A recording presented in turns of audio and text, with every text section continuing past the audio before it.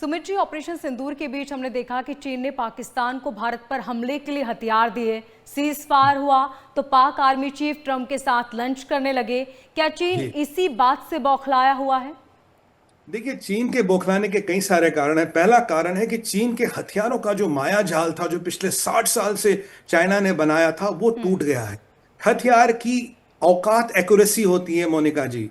अगर हथियार में एक्यूरेसी नहीं, वो वाली तलवार है जो जिसमें धार ना हो, वो वाली बंदूक हो जो टाइम आने पर चले ना, क्या करिएगा? लोहा है, लोहे के दाम बेच दीजिएगा और किसी काम नहीं आएंगे वो। तो चाइना का ये जो सबसे बड़ा पेच मिला, चाइना का, हमने जो PL-15 कहते थे अचूक मिसाइल है, ब्रह्मास्त्र, हमने उसको फेल कर दिया।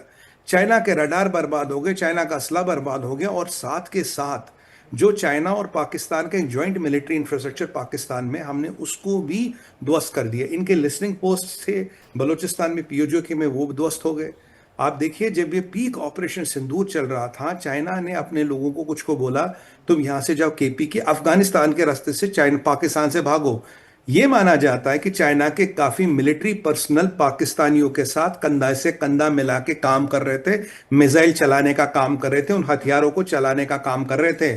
और ये आप दूर ना जाइए, 2 दिन पहले की मैं आपको बताऊं, 4-5 दिन पहले की, चाइना का एयर चीफ पहली बार पाकिस्तान गया है, और पाकिस्तान का जो एयर मार्शल है सिंधु, उसके बाजू में बैठ के कहता है कि तुमने तुमने जो भैया ऑपरेशन सिंदूर में बड़ा गजब काम किया, और पाकिस्तान एयरफोर्स की जो अचीवमेंट्स है, जो तरीकेकार है, वो हमें चाइना को सीखना पड़ेगा। बट वो गया था सिद्धू की खैर खबर पूछने, उसकी क्लास लगाने, जो तुझे इतने हथियार दिए, जो तुझे असला दिया, अबे निकम्मे, तुमसे तो ये भी नहीं चला, तुमसे तो इतना भी नहीं हुआ।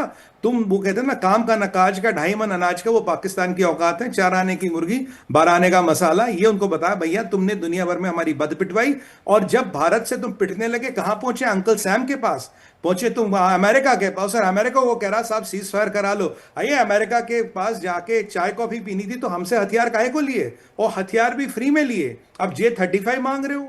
अब तुम वो क्या कहते हैं इनको, JF-17 की बातें चल रही, D-17, डोंग-फाई 17, DF-17 की बातें चल रही थी, वो मांग रहे हो। हम आपको ये हथियार क्यों दे, किस लिए दे? आप निकम्मे हो, आप नालायक हो, आप नाकारे हो। आपकी फौज वो है जो 4 लड़ाइयां हार चुकी है। ये 5वीं लड़ाई, यानी कि ऑपरेशन सिंदूर को मैं 5वीं लड़ाई मानता हूं। इसमें तो आपको पछाड़ दिया, 3 दिन में आपके छक्के छूट गए। और मैं मोदी जी को कोट करूं तो 22 मिनट में पाकिस्तान को तहस नहस कर दिया। और तुम तो अब की बार तैयार थे ना, सरप्राइज हमला नहीं किया ना, तू तैयार था। तुर्की तुम्हारे साथ, अजरबैजान तुम्हारे साथ, अबे तब ये हालत, शर्म से डूब मरो। और ये वो पाकिस्तान है जो इतना बेशर्म है, जिसने हमले भी किए तो निहत्थे मासूम लोगों पर। अगर मुकाबला होता या ताकत होती तो आप बॉर्डर पे लड़ते। और कहते हैं कि दोस्ती बराबर वालों में होती है, लेकिन चीन पाकिस्तान की दोस्ती का सच अब साफ हो चुका है। जब पाक विदेश मंत्री इशाक डार चीन पहुंचे तो बहुत ही फीका स्वागत हुआ। न रेड कार्पेट था सुमित जी, और ना ही स्वागत के कोई इंतजाम। क्या चीन ने जानबूझकर पाकिस्तान की बेइज्जती की है, क्योंकि ट्रंप के साथ जो उनका मेलजोल था उसकी सजा देनी थी पाकिस्तान को? देखिए, आपने बड़ा अच्छा प्रश्न किया मोनिका जी। इसके कई सारे पहलू, थोड़ा समय दीजिएगा, मैं समझाता हूँ। 8-10 पहलू है इसके। पहली बात यह है कि जो दोस्ती, कहते हैं ना, व्यवहार और व्यापार बराबर वालों में होता है। पहली बात तो बराबर वाले हैं ही नहीं। दूसरी बात है, हम है ट्रेड वाले लोग, हम बड़ी बड़ी जी 500 बिलियन की ट्रेड डील अमेरिका के साथ नेगोशिएट करने।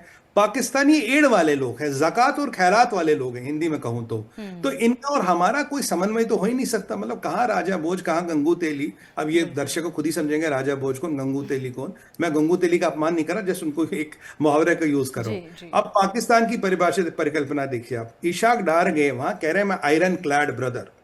आयरन क्लैड ब्रदर, भैया ये आयरन आयरन काहे को कह रहे हो? जो तुम्हारे हाथों में और पैरों में गुलामी की जंजीरें पड़ी है, वो भी लोहे की बनी है। चाइना के लोहे की जंजीरें पड़ी है। तुम पाकिस्तान, तुम चीनियों के गुलाम हो। ब्रदर ब्रदर कहना छोड़ दो। ये ब्रदरहुड वदरहुड ना, ये मुस्लिम ब्रदरहुड की मुझे याद आती है। ये सब चीजें कहना छोड़ दो। पहला चीज देखिए, इशाक डार वहां गया पैसे मांगने। अगर वहां व्यापार की बात होती, बड़ा डील होती, तो वहां फील्ड मार्शल आसिम मुनीर जाता, इशाक डार थोड़ी जाता। इशाक डार हो, शहबाज शरीफ हो, इनको तो पैसे लेने भेजते ना भाई, कहीं से ले आओ, कोई माल ले आओ, दुकान चलानी, क्या करे। दूसरी बात, आप देखिए, पाकिस्तान ने चाइना के सीपेक के पैसे नहीं दिए। जो चाइना की पावर कंपनियां थी, उनके पैसे नहीं दिए, तो अब उनको रोल ओवर चाहिए। चाइना का डेट $30 बिलियन से ज्यादा बन गया, उसकी किस्त आ रही है। उसका रोल ओवर चाहिए।